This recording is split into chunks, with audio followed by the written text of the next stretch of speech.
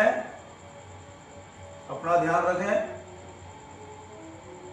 और vapour pressure को समझें। आज अपन लोग vapour pressure, affecting factors of vapour pressure, lowering in vapour pressure और relative lowering of vapour pressure समझेंगे। वेपर प्रेशर क्या है? What is vapour pressure? What is affecting factor of vapour pressure? क्या है वेपर प्रेशर? वेपर प्रेशर वैसे आप जानते हैं कि pressure of vapour is called vapour pressure. और क्या होगा भाई कि वेपर के प्रेशर को ही वेपर प्रेशर बोलते हैं। लेकिन वेपर क्या है? What is vapour? तो वेपर भी जानते हैं आप कि वेपर एक गैसेस स्टेट है और ये लिक्विड से बनती है। अगर आप किसी लिक्विड को टेम्परेचर प्रोवाइड करोगे तो लिक्विड के पार्टिकल्स वेपर में कन्वर्ट हो जाएंगे। इस फिनोमेना को इवेपोराइजेशन बोलते हैं। ये लिक्विड है तो लिक्विड के पार्टिकल वेपर में कन्वर्ट हो जाएंगे। ये एंडोथर्मिक प्रोसेस है और इसे बोलते हैं इवेपोराइजेशन।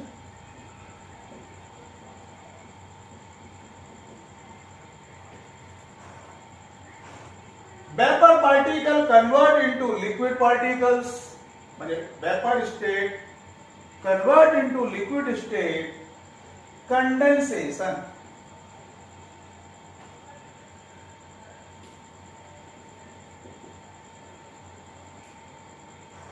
तो ये तो आपको पता है कि वेपर लिक्विड से ही बनती है।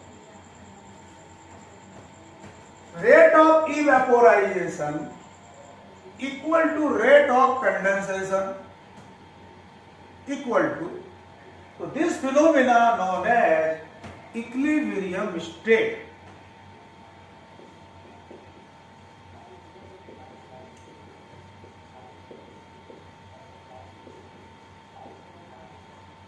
Equilibrium state. तो वेपर प्रेशर को समझने के लिए हम क्या करते हैं, एक कंटेनर ले लेते हैं और इसमें कोई भी लिक्विड फिल कर देते हैं। सपोज करते हैं इसमें पानी भर देते हैं और इस कंटेनर को बिल्कुल क्लोज कर दीजिए आप। और फिर देखिए, अगर आप इसको गर्म करेंगे तो आपको स्पष्ट दिखेगा, नहीं तो फिर भी ये टेम्परेचर के थ्रू ये लिक्विड के पार्टिकल धीरे धीरे वेपर में कन्वर्ट होंगे। इस फिनोमेना को बोला जाएगा इवेपोराइजेशन।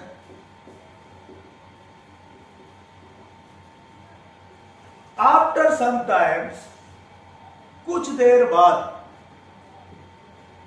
ये जो पार्टिकल है वेपर के आपस में कोलिजन करेंगे, टकराएंगे, एनर्जी लॉस होगा, टेम्परेचर गिरेगा और कंडेंसेशन स्टार्ट हो जाएगा। इसको बोलते हैं कंडेंसेशन। ये लिक्विड है भाई, सपोज करो वाटर ही है, तो ये वेपर है भाई, ये भाप मतलब वेपर है। कुछ देर बाद रेट ऑफ इवेपोराइजेशन और रेट ऑफ कंडेंसेशन इक्वल हो जाएंगे। टेम्परेचर बाहर से अगर आपने कांस्टेंट रखा है तो इक्विलिब्रियम स्टेट स्टेबलाइज हो जाएगी। जब इक्विलिब्रियम स्टेट स्टेबलाइज हो जाएगी तो यहां जो वेपर का जो कंसंट्रेशन है वो कांस्टेंट हो जाएगा। उस समय ये वेपर इस सरफेस पर जितना प्रेशर इवॉल्व करेगी उसे वेपर प्रेशर कहेंगे। तो डेफिनेशन क्या बनी? The pressure exerted of vapor on liquid surface at definite temperature and at equilibrium state।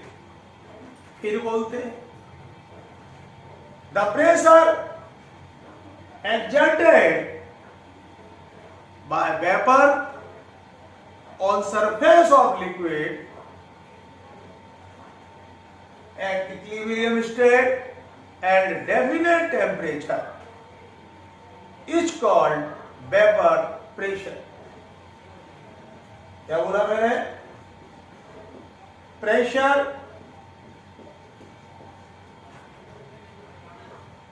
of vapor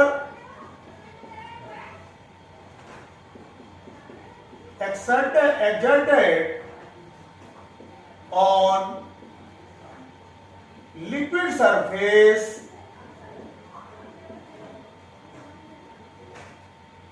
at equilibrium state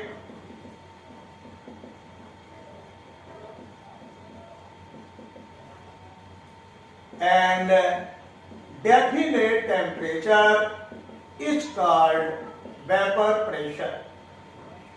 vapor pressure। तो ये तो वेपर प्रेशर की डेफिनेशन हो गई कि pressure of vapour is called vapour pressure. अब vapour की vapour pressure लगाएगी तो फिर वो सरफेस पे लगाएगी लिक्विड के और इसे ही बोला जाएगा वेपर प्रेशर।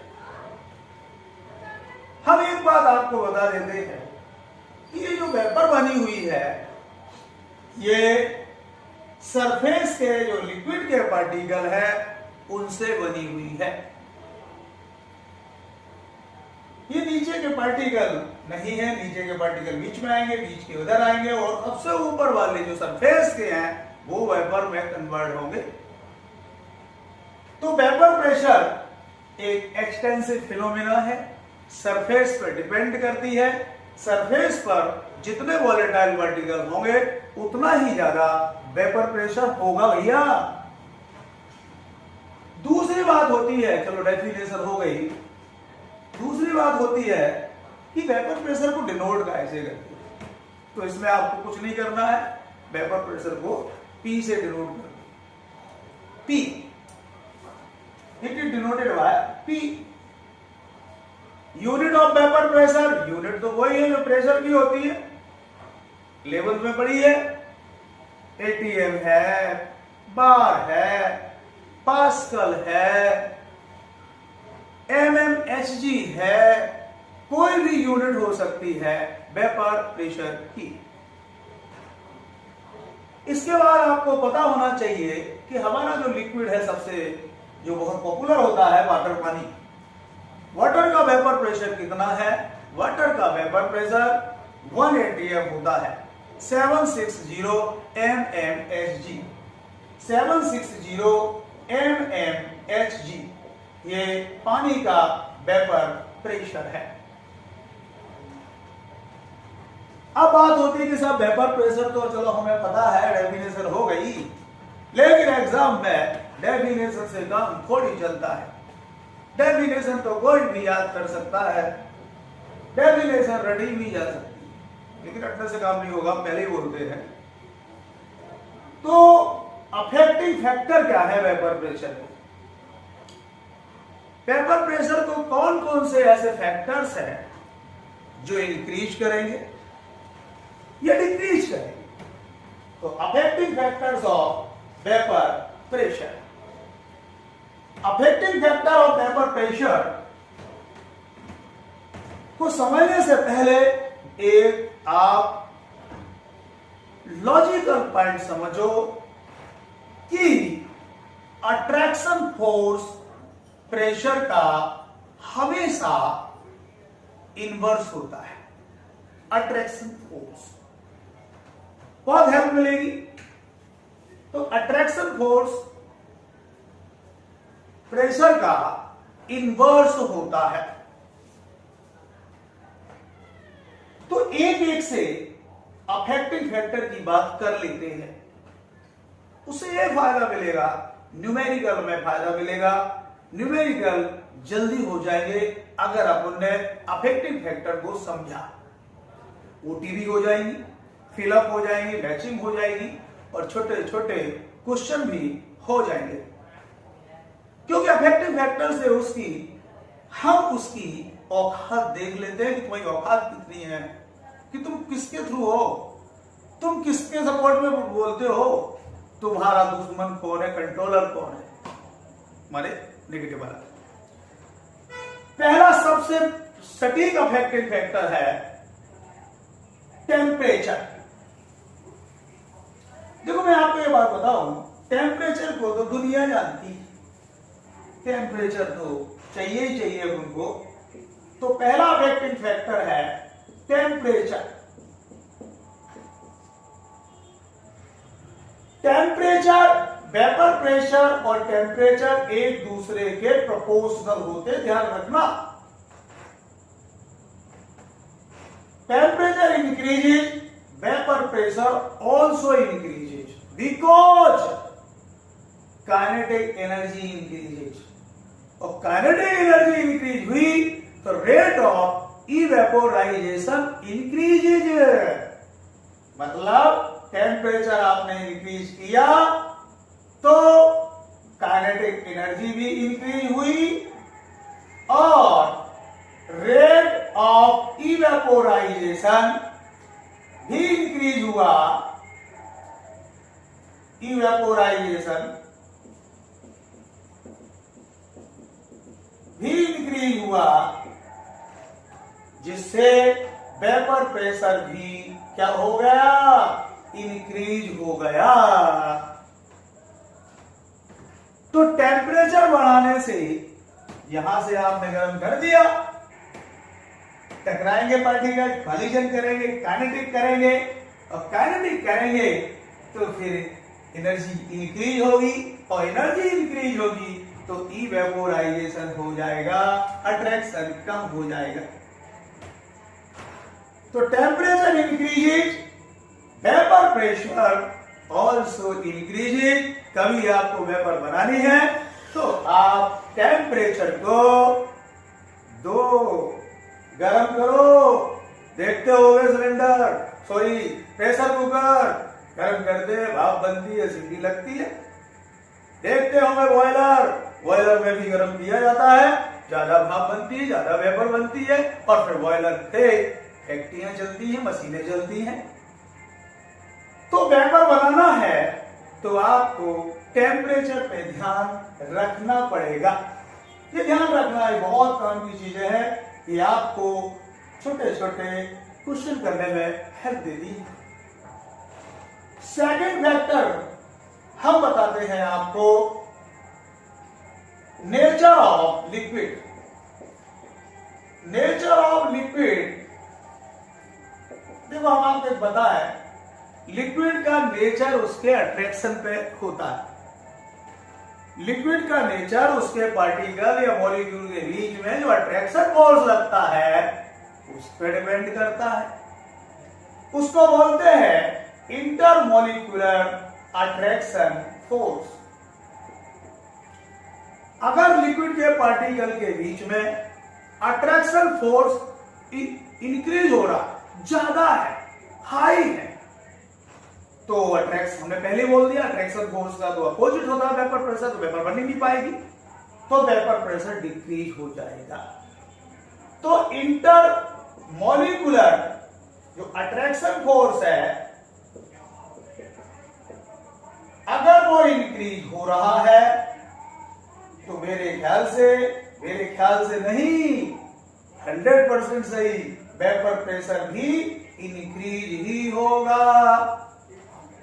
तो जिन लिक्विड के पार्टिकल के बीच में अट्रैक्शन फोर्स मोर होता है उनका वेपर प्रेशर, यहां रॉन्ग लिख दिया है मैंने घुमाने के लिए, वेपर प्रेशर डिक्रीज होगा, थोड़ा सा उल्टा बोला था। इंटरमोलिकुलर अट्रैक्शन फोर्स मोर है तो वेपर प्रेशर लो होगा, लो होगा, लो होगा, चाहे कोई आपको कितना भी घुमाए, क्योंकि हमने पहले ही बता दिया है कि अट्रैक्शन फोर्स वेपर प्रेशर को डिक्रीज करता है। अट्रैक्शन फोर्स का मतलब है पास पास रहना, वेपर प्रेशर का मतलब काइनेटिक एनर्जी करके वेपर में बदलना। तो ध्यान रखना कि कंफ्यूजन में नहीं जाना है। तो इंटरमोलिकुलर अट्रैक्शन फोर्स अगर मोर है तो वेपर प्रेशर लो होगा। एक एग्जांपल है कि ये आपका लिखा हुआ है, अभी आपने देख रहा हो ग्लिसरीन, ग्लिसरॉल। ग्लिसरॉल का फॉर्मूला होता है CH2OH, CHOH और CH2OH, जबकि वाटर का फॉर्मूला होता है HOH माने H2O। यहां पे तीन OH हैं, यहां हाइड्रोजन बॉन्ड बहुत ज्यादा बनेगा,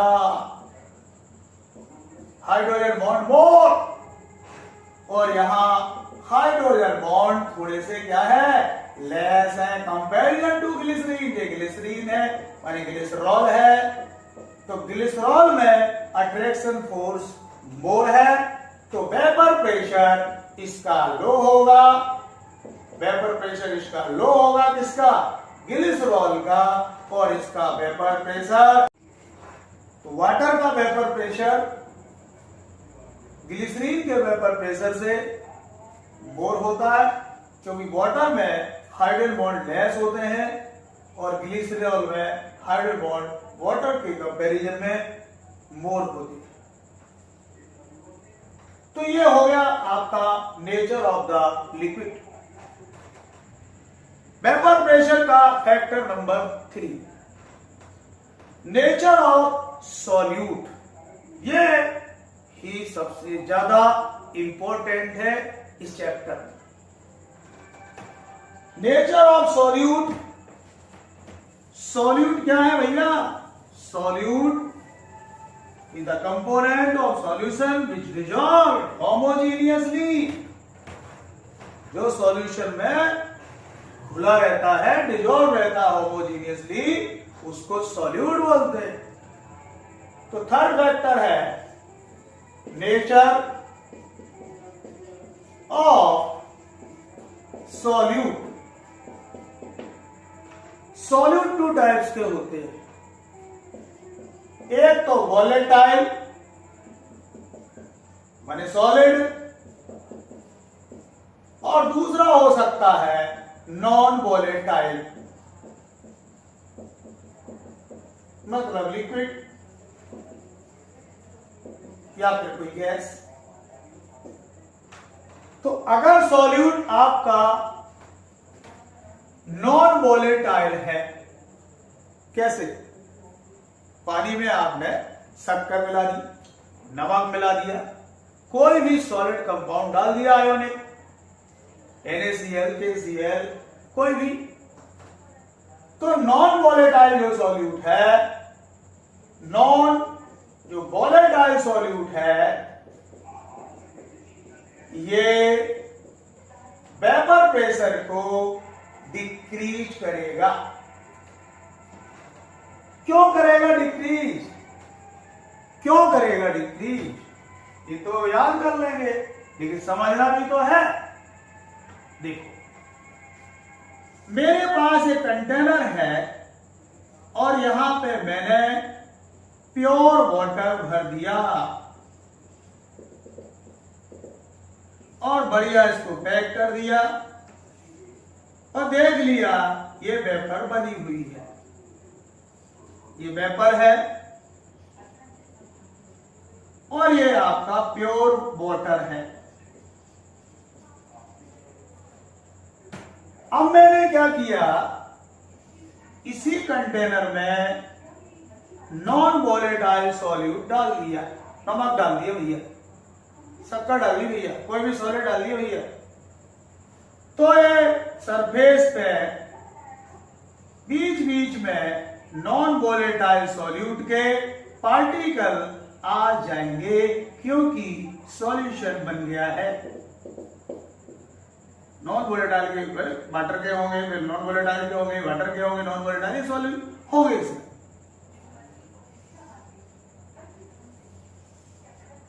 ये सॉल्यूशन है भैया। ये जो पार्टिकल हैं ये आपके नॉन वोलेटाइल सॉल्यूट के हैं, काले वाले। यहां पे ये वोलेटाइल पार्टिकल है, ये मोर है, और यहां वोलेटाइल पार्टिकल लेस हो गए।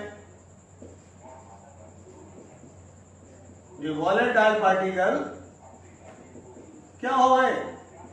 लेस हो गए। तो वेपर भी क्या बनेगी? लेस बनेगी। वेपर लेस बनेगी यहां, और यहां वेपर क्या बनेगी? मोर बनेगी। तो वेपर यहां मोर क्यों बनी, ज्यादा क्यों बनी? क्योंकि सरफेस पे सारे पार्टिकल वोलेटाइल है। यहां वेपर कम क्यों बन रही है? क्योंकि सरफेस पे कुछ नॉन वोलेटाइल पार्टिकल मिला दिए गए हैं, जिससे वोलेटाइल पार्टिकल में कमी आ गई है, जिससे वेपर भी कम बनेगी।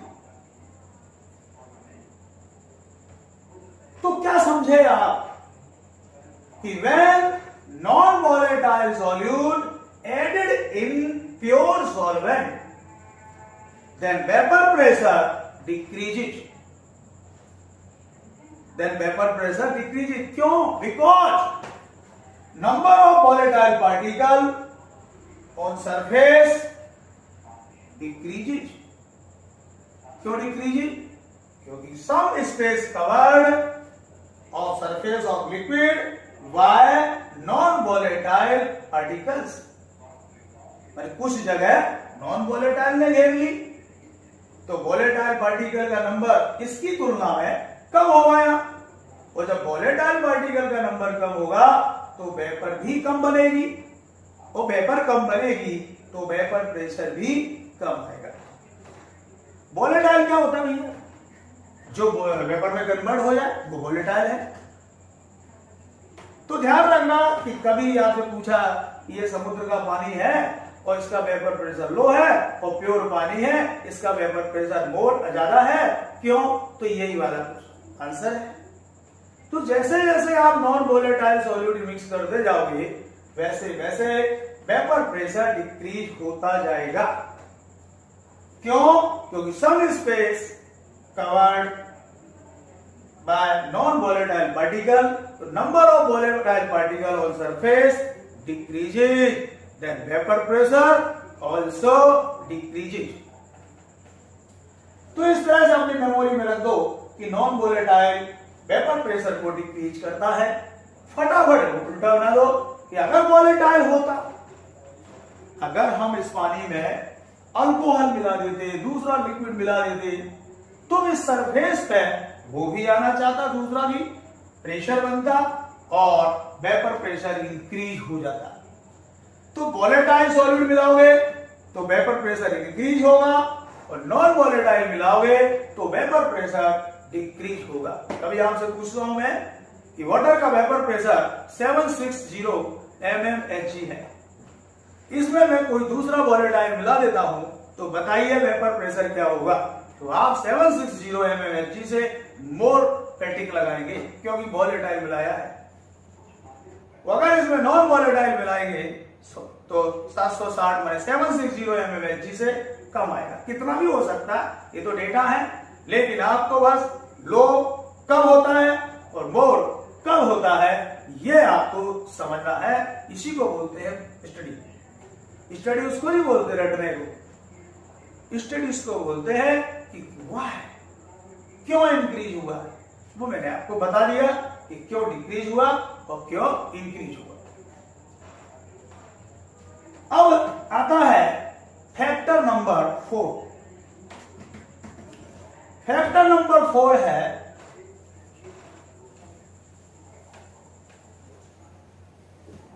फैक्टर नंबर 4 में आप देख सकते हो बॉइलिंग पॉइंट। कभी कभी क्या होता है, बॉइलिंग पॉइंट दे देते हैं बहुत सारे, हमने कहा ये है इसका बॉइलिंग पॉइंट, कोई लिक्विड है इसका बॉइलिंग पॉइंट सपोज करते 56 डिग्री सेंटीग्रेड है, कोई बी लिक्विड है सपोज करें इसका 46 डिग्री सेंटीग्रेड है, कोई सी लिक्विड है इसका बॉइलिंग पॉइंट 100 डिग्री सेंटीग्रेड है, कोई डी लिक्विड है सपोज करते इसका बॉइलिंग पॉइंट 102 डिग्री सेंटीग्रेड है। अरेंज करिए वेपर प्रेशर को, किसका हाई है किसका लो है वेपर प्रेशर।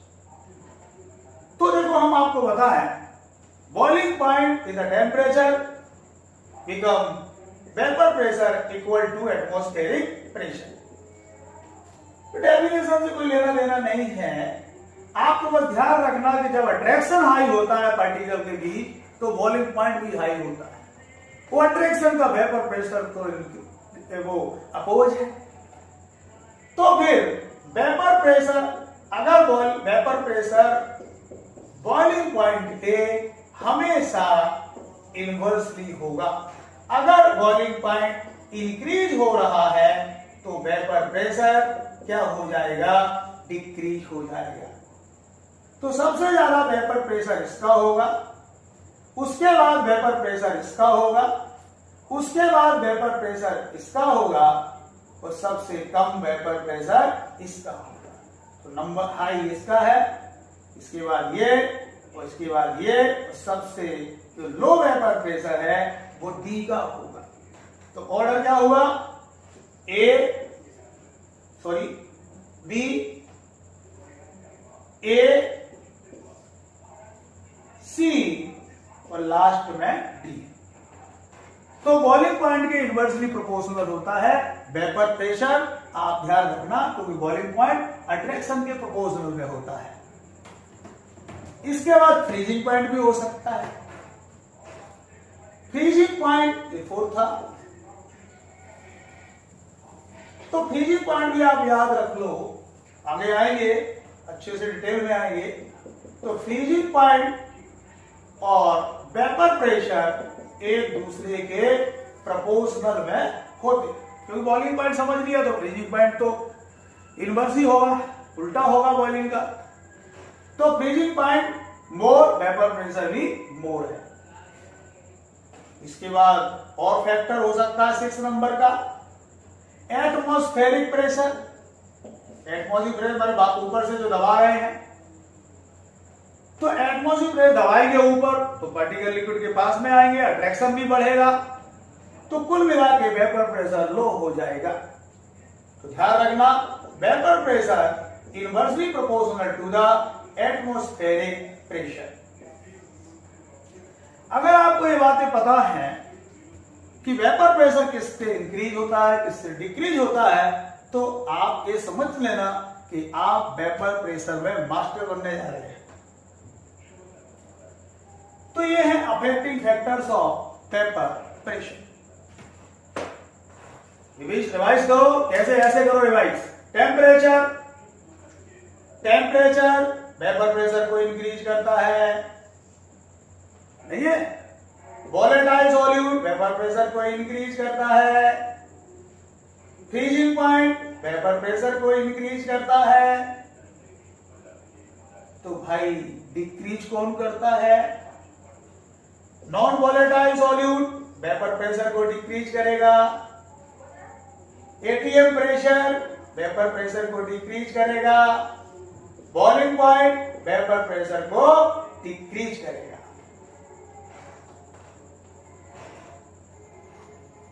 अब आती है बात लोअरिंग इन वेपर प्रेशर, वो पता है। अभी अभी मैंने नेचर ऑफ सॉल्यूट बताया था, वो लोअरिंग वाली बात हो गई थी कि अगर आप किसी भी लिक्विड में, प्योर सॉल्वेंट में, प्योर वाटर में आप नॉन वॉलेटाइल सॉल्यूट मिलाते जाओगे तो वेपर प्रेशर कम होता जाएगा। क्यों? क्योंकि सरफेस पे नॉन वॉलेटाइल पार्टिकल आ जाएंगे। इससे वेपर कम बनेगी और इसी लो वेपर प्रेशर जो लो हुआ है उसे ही बोलते हैं lowering in vapour pressure. What is the lowering in vapour pressure? तो आप बताना कि when non volatile solute added in liquid then vapor pressure of solution decreases because some non-volatile particle occupied in surface. Number of volatile particle decreases on surface. So this lowering known as lowering in vapor pressure. तो ध्यान रखना ये solute वाला जो बात है वो lowering in vapour pressure में काम आ जाएगी। लोअरिंग इन वेपर प्रेशर समझ में आ गया, लिखना भी नहीं पड़ा मेरे को। लोअरिंग इन वेपर प्रेशर को आप मैथमेटिकली डेल्टा पी से डिनोट कर सकते हो। तो vapour pressure of pure solvent minus vapour pressure of solution, कौन सा solution? Which contain non volatile solute. ध्यान रखियो, वोलेटाइल नहीं, नॉन वोलेटाइल सॉल्यूट है, which contain non volatile solute. अगर मैं प्योर सॉल्वेंट के वेपर प्रेशर को पी नॉट ए मान लूं और सॉल्यूशन के वेपर प्रेशर को पी ए मान लूं तो ये आ गई आपकी लोअरिंग इन वेपर प्रेशर। और ध्यान रखना, आगे बताएंगे आपको, lowering in vapour pressure directly proportional होती है मोल fraction of non volatile solute. ये आपको रॉड्स लॉ में समझ में आएगा, जैसे यहां भी आ रहा होगा कि नॉन वोलेटाइल सॉल्यूट का मोल फ्रैक्शन ही लोअरिंग में सपोर्ट करेगा। अगर मैं कहूं पानी का वेपर प्रेशर 760 mmHg है तो आप कह रहे थे सर पी नॉट है, और इसमें मैंने NaCl मिलाया और वेपर प्रेशर 740 हो गया। बताओ लोअरिंग कितनी हुई? देखिए बता देना, 20 की हुई। इसको ये माइनस करो, हो गया। तो लोअरिंग इन वेपर प्रेशर है। लोअरिंग इन वेपर प्रेशर हमेशा माइनस करके आप फाइंड कर सकते हो। इसकी यूनिट वही होगी जो वेपर प्रेशर की होती है, और ये डिपेंड करती है नॉन वोलेटाइल सॉल्यूट पर। तो ये हो गई आपकी lowering in vapour pressure. Numerical आएंगे, निकालेंगे, बताएंगे। रिलेटिव लोअरिंग क्या है? रिलेटिव लोअरिंग, जो लोअरिंग आई है वेपर प्रेशर में उसमें डिवाइड कर दो पी नॉट ए का vapour pressure of pure solvent का। तो this ratio known as relative lowering of vapour pressure. अरे लोअरिंग कितनी आई थी इसकी? इसकी लोअरिंग आई थी 20 और पहले वेपर प्रेशर कितना था? 760 का डिवाइड तो 20/760 आप काटिए, 1/38 आएगा।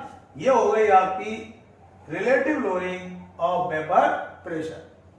ध्यान रखना, ये रिलेटिव लोअरिंग है, इसकी कोई यूनिट नहीं होती, इट इज यूनिटलेस, कोई यूनिट नहीं है, इतना ही लिखा जाएगा। और एक बात और, इसकी वैल्यू ऑलवेज लेस देन 1, क्योंकि मोल फ्रैक्शन, तो इसकी वैल्यू हमेशा 1 से कम होगी। तो relative lowering in vapour pressure always equal to mole fraction of non volatile solute XB। जो रिलेटिव लोअरिंग आई हुई है, ये रिलेटिव लोअरिंग मैं फिर बोल दूंगा, रिलेटिव लोअरिंग की क्या है definition? It is the ratio of vapor lowering in vapor pressure and vapor pressure of pure solvent। तो इस तरह से relative lowering of vapor pressure find कर सकते हो।